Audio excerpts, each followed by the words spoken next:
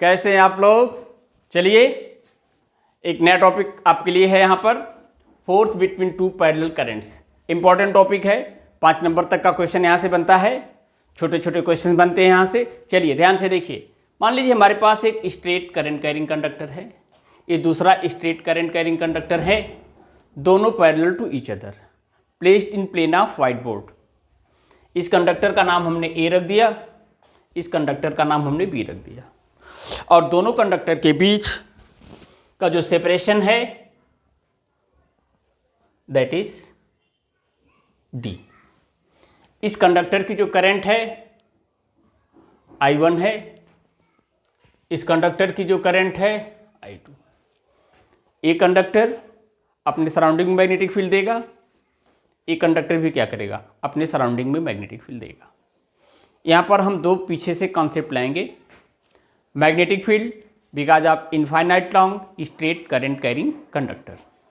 क्या हमने कहा? Magnetic field because of straight infinite long current carrying conductor. ये फार्मूला है B equal to mu naught I 2 pi R। I क्या है? Current passing through conductor whose magnetic field because of whom magnetic field we want to find। R क्या है?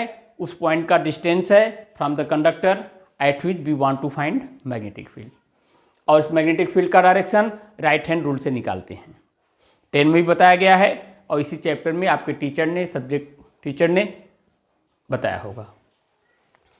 इसके बाद दूसरा concept हम यूज करेंगे कि अगर कोई स्ट्रेट करंट कैरिंग कंडक्टर या कोई भी करंट कैरिंग कंडक्टर है मैग्नेटिक फील्ड में रखा जाए तो उसके ऊपर फोर्स लगेगा F is equal to I L cross B।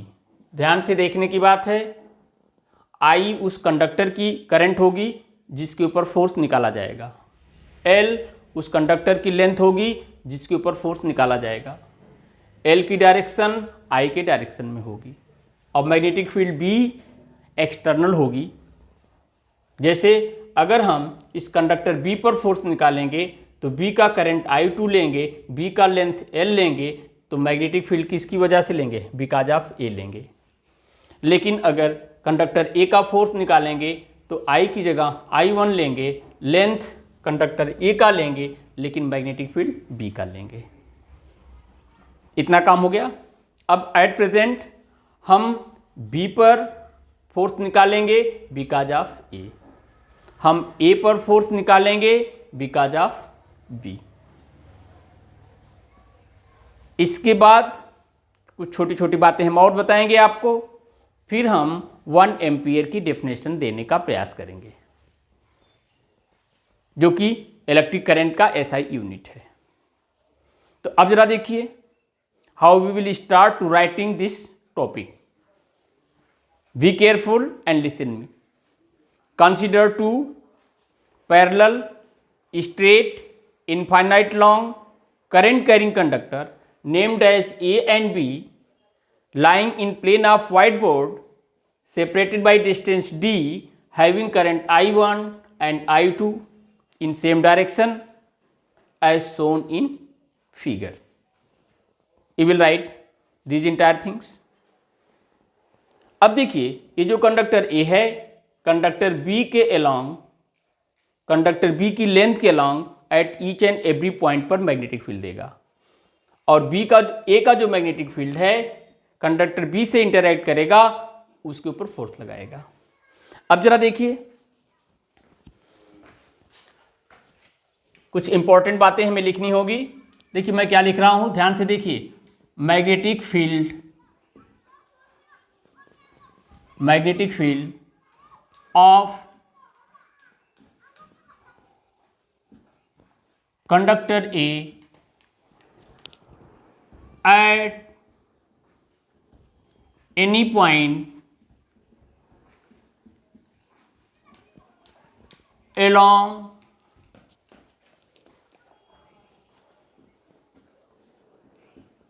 length of conductor B। देखिए कंडक्टर ए का फील्ड निकालना है, लेकिन at any point along the length of conductor B तो हम यहाँ पर लिखेंगे F B A equal to, ये फार्मूला है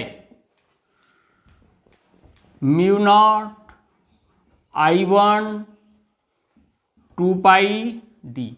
देखिए इस कंडक्टर का फील्ड निकाल रहे हैं तो इसका करंट लेंगे, कोई भी पॉइंट यहाँ पर लें इसकी लेंथ के लॉन्ग, तो सेपरेशन कितना होगा, डी होगा। देखिए ये कंडक्टर 1 है, राइट हैंड रूल लगाइए, थंब की डायरेक्शन करंट की डायरेक्शन में है, फिंगर अगर हम कर्ल करेंगे तो perpendicular to plane of white board directed inward. तो मैग्नेटिक फील्ड ये जो है perpendicular to plane of white board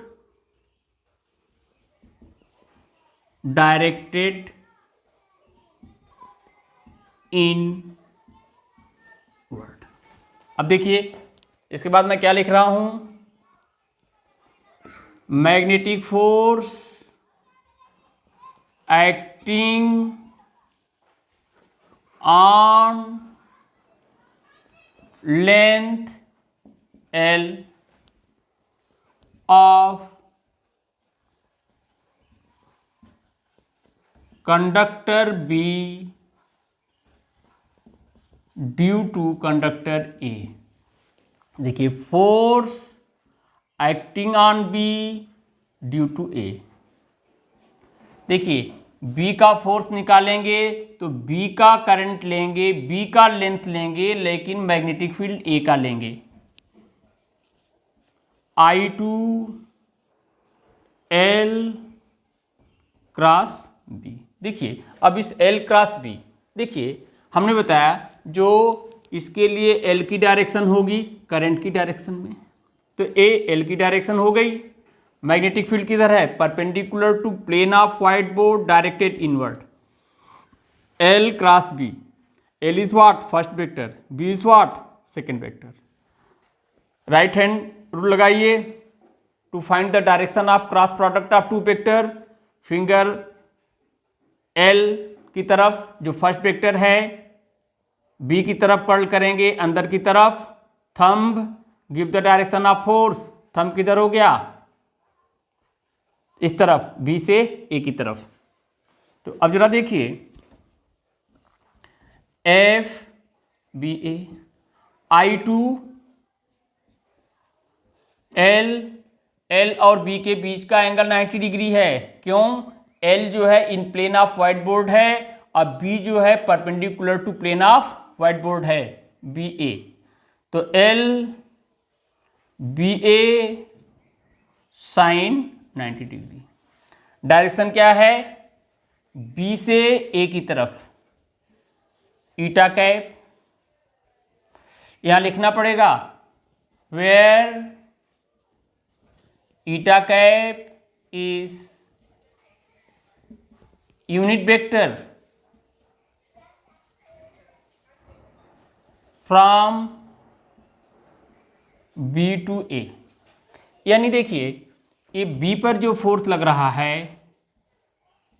F B A directed towards left, यानी B से A की तरफ, इसका मतलब कंडक्टर A B पर फोर्स लगा करके उसे अपनी तरफ खींच रहा है।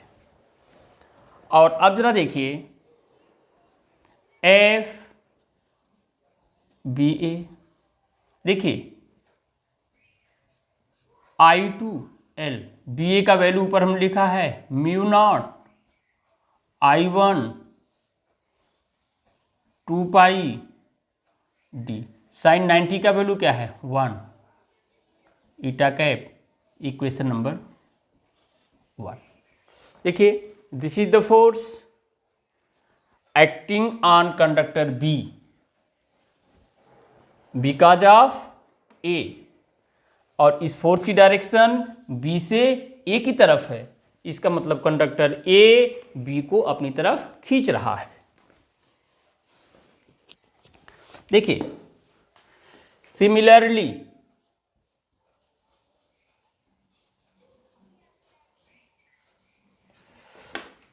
Force acting on A because of B.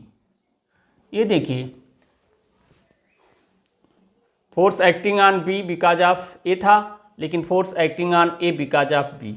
A का फोर्स निकाल रहे हैं तो ए का करंट I1, लेंथ सेम ले लेंगे L, म्यू नॉट I2 2 पाई d। लेकिन इस फोर्स की डायरेक्शन जो होगी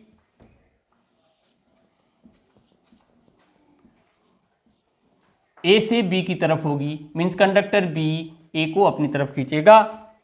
तो यहाँ माइनस ईटा कैप आएगा और माइनस हम यहाँ लगा देंगे।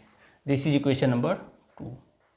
यानी आपसे पूछा जाए force acting between two parallel current carrying conductors निकालिए, तो आप निकाल देंगे और लिखेंगे कि ये दोनों फोर्सेस क्या हैं। देखिए FBA और FAB। देखिए थोड़ा सा और आगे बढ़ जाइए।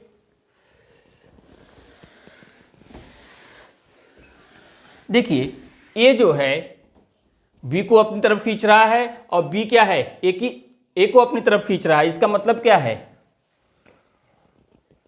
Force acting between to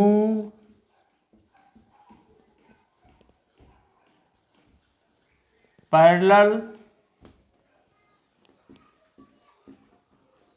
current carrying conductor are attractive in nature. देखिए फोर्स भी निकल गया और ये नेचर का भी पता चला कि अट्रैक्टिव इन नेचर। इसके बाद देखो जरा, you see quantity within the bracket, this is what FBA। तो देखिए from equation 1 and 2 FAB equal to minus of FBA। देखिए यहां से क्या कंक्लूजन निकलेगा, force acting between two parallel current carrying conductors is what equal in magnitude but opposite in direction। ये भी पूछा जाता है CBSE में। इसके बाद ये देखो, अगर यहाँ L से डिवाइड कर दें तो that give what, force acting per unit length. यहाँ हम L से डिवाइड कर दें तो यहाँ भी क्या हो जाएगा, force acting per unit length. तो अब जरा देखिए FAB by L minus of FBA by L। यही इक्वेशन से मिला सकते हैं कि इसको भी L से डिवाइड कर दिया, इसको भी L से डिवाइड किया। इसका मतलब क्या है, force acting per unit length on either parallel current carrying conductors part equal in magnitude but opposite in direction. ये भी प्रूफ करने के लिए देता है। इसके बाद फिर हम 1 एम्पियर की डेफिनेशन देंगे। देखिए 1 एम्पियर की डेफिनेशन समझने की कोशिश करिए। Let I1 equal to what, I2, that is what I। यानी दो पैरेलल कंडक्टर्स हैं हैविंग सेम करंट, उनके बीच का सेपरेशन कितना है, 1 मीटर है। सेपरेशन कितना है, 1 मीटर है। और force acting on unit length और आइदर कंडक्टर जिसके ऊपर फोर्स निकाल रहे हैं उसका लेंथ कितना ले लें, 1 मीटर। तो अगर if F is equal to 2 into 10⁻⁻7 newton हो जाए तो current passing from either conductor is said to be 1 ampere. इसको करके देख लीजिए। देखिए हमने कहा दो पैरेलल कंडक्टर्स हैं, दोनों में करंट क्या है, सेम है, उनके बीच का सेपरेशन कितना है, 1 मीटर है। और अगर किसी भी कंडक्टर के 1 मीटर लेंथ पर फोर्स निकालें तो उसका वैल्यू क्या हो जाए, 2 × 10⁻⁻7 मीटर। तो current passing from either conductor is said to be 1 ampere. देखो केवल मैग्नीट्यूड लेंगे, मैग्नीट्यूड तो हमने कहा फोर्स कितना होना चाहिए, 2 × 10⁻⁻7। ये देखिए I1 × I2, ध्यान से देखिए I2 × I1 और दोनों का वैल्यू क्या है, सेम है, तो क्या हो जाएगा I²। L का वैल्यू कितना है, 1 मीटर। μ0/2π। D का भी वैल्यू कितना है, 1 मीटर, D की जगह 1 मीटर। अब जरा देखो I² है, यहाँ 1 है, μ0/2π, 2 × 10⁻⁻7 I²।